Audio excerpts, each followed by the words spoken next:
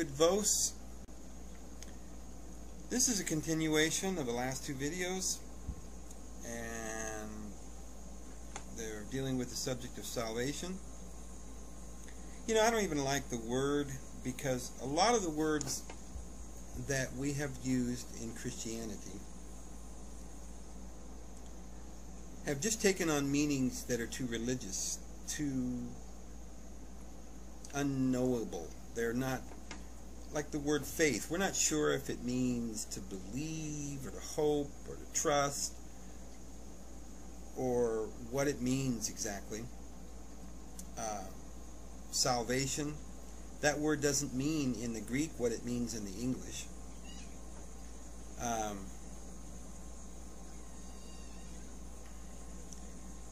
In the Greek, the word just means to receive and be delivered from all that we've gotten ourselves into, and to be given back what will make us whole. So it's a much bigger word than salvation. Sin in the Bible doesn't mean what it means in the world that we live in the Christianity, because it seems like such a bad word, like you're a sinner. Wouldn't it be easier or kinder to say you've made a mistake? You say, yeah, but that's, you know, the Bible doesn't say that. Yes, it does. The word in Greek for sin means to make a mistake. It doesn't mean to be evil or to be wretched or bad or, you know, wicked, or I don't know where these words came from another time and place. But the Bible words like transgression, that Greek word means to fall off the path and go in another direction, or to veer off the path. There's words that are translated sin and wickedness and, you know, apostasy, and different words that we've taken to mean terrible things. But there are a series of words in the Greek that mean to aim for something and miss. There's the word to stumble. Our word apostasy means to stumble and fall down, but not just to stumble, but to actually fall down off the path. But you could still get up. They're more akin to our words like mistake and error. Sin would be better translated mistake or error. Anyway, moving on beyond that, these videos are about salvation and how we get salvation. And of course, everybody knows that there's these religions out there that tell you that you've got to have so many, you know, brownie points to be saved, or you've got to do this, you've got to do that. And then most religions now have said that all you need to do is believe in Jesus. But here's the problem. We're not saved.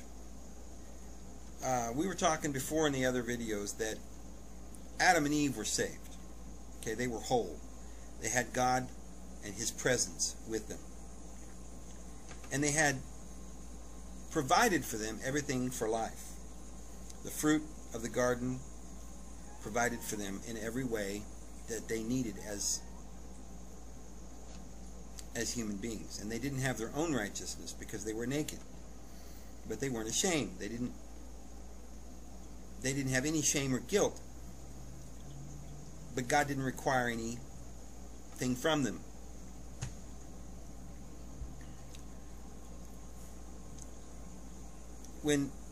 So many people think that man rebelled, committed some great, terrible sin, and rebelled against God, and God was angry with them and demanded blood.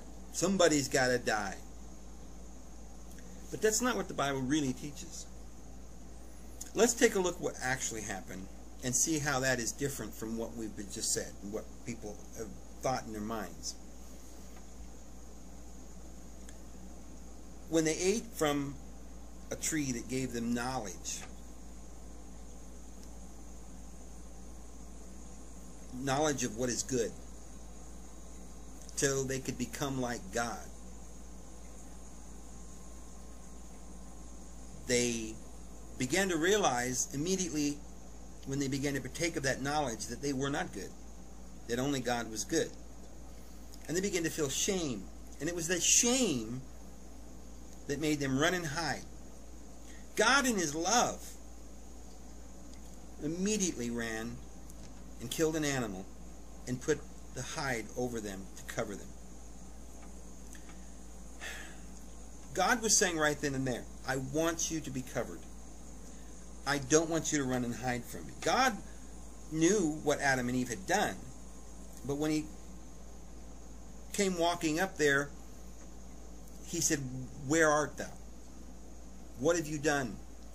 Have you eaten from the tree in which I told you not to? He didn't say, you know, I know you did something evil. You're an evil Adam, and I don't like you anymore. Get away from me. I don't, you know. No, but Adam ran and hid. You've got to understand that it was Adam that could no longer be in God's presence because he felt shame. And it was God who had already said, you don't need to feel shame. You don't need to partake of knowledge that you're not good enough. You're good enough. I love you. Here's a garment. But it wasn't enough for Adam because it was not a perfect covering. It was a temporary covering, and it required killing an animal. But it says, God so loved the world, he gave his only begotten Son that we might have life. So in this case, God so loved Adam that even though Adam felt so ashamed that he couldn't be in God's presence, that God wanted to get back into his presence so bad, he was willing to give up this little sheep to cover Adam. And so the sacrificial system started because we couldn't get back to the garden. We couldn't get back into God's presence. And we couldn't receive because we had no faith. We had all this shame. We couldn't go with boldness to God and say, God, help us. So we didn't feel worthy. And so therefore we couldn't go into the presence of God and receive the bounty and the blessings. So out there in the world where there was winter and the curse upon the ground, where it produced nothing but thorns and thistles, and we ate lechem, or bread, cooked food until we died. It toiled and toiled. Out there in that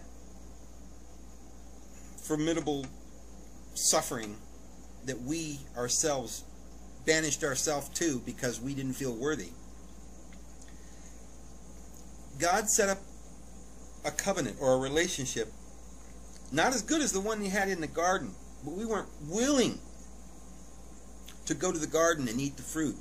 We didn't have that boldness. We felt shame. So God said, listen, you feel this shame.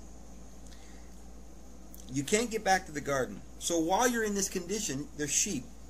You can use them. But remember that the sheep's going to give you food and covering, but at a price. Because it's going to bother your heart when you kill that sheep and it cries. And the blood is going to run out. So I want you to recognize the animal had to die for what you're getting. But I love you and I want you to eat and be clothed.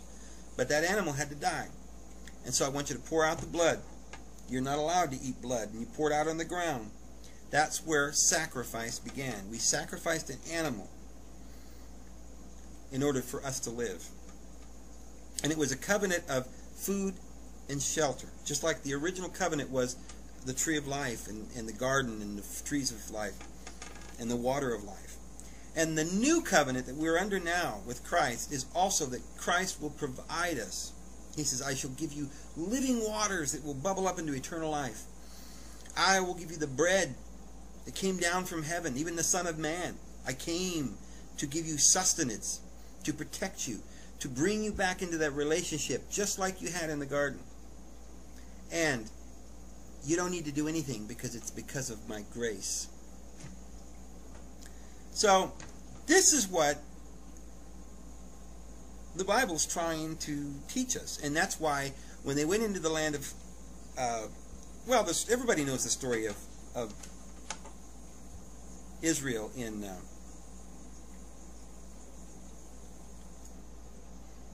Egypt. Egypt represented the building, like Babylon, the building of pyramids and towers and edifices and spiritual, trying to get to God. So it's a spiritual thing. That's why Egypt, to many Christians, have always represented the bondage to sin.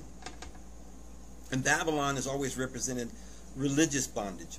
But really they were the same basic thing. The Israelites had been in bondage, building through human effort and these edifices. And when God delivered them, they didn't deliver themselves. God, by an outstretched arm, in other words, by His own power and His mercy, not by our effort, but by God's power, His right arm, His favor, He yanked us out of Israel, or out of Egypt, out of slavery, by a miracle, by plagues that attacked Pharaoh, the devil, and his demons, and all that holds us and binds us to this illusion, these fears and these troubles and these things that binds us, this worry and our human effort, the toil, the slavery. And God delivered us freely. He caused the miracles. The parting of the Red Sea was God's divine mercy and power. We were saved by His mercy and power. And when we got to the desert, what did we do? God provided water from a rock. And Paul says that was Christ. It represented that we get water or sustenance from Christ. And God gave them bread from heaven called manna. But it says that the children of Israel murmured. And they murmured and complained. And they did it twice. Once they murmured and complained because they didn't like, they said they wanted to go back to Egypt where they had meat. They lusted. They didn't care about slavery. They wanted slavery. They didn't want to be free. They didn't want this life of grace. They wanted the life of bondage. They wanted to eat and lust after the flesh. And so God was angry with them and sent them quail. For 40 days they ate nothing but quail. And it was quail all over the camp. And they ate so much quail, it says it came out their nostrils, and many of them died. And later on they murmured and complained because of the manna. They didn't like it. It's simple food. And it says God sent serpents among them. Fiery serpents. And they were seraphs, which is the same word as the seraphim in heaven. Because the cherub, or the serpent, you know, the dragon, the devil was a serpent. But that's beside the point. Another issue that I want to talk about in another video. But these serpents bit them and were biting them and killing them, and many of them were dying by the serpents. So they complained to Moses, said, "Take these serpents away." And so God told them to build a copper, brass serpent and put it on a pole, on a tree. And they lifted up, it says they lifted up this pole with the serpent on it. And whoever would look at the serpent would be saved. And they wouldn't die. And so in the New Testament, it says, in the book of John, it says, so too, just as Moses lifted up the serpent in the wilderness, that the people might look upon it and be saved.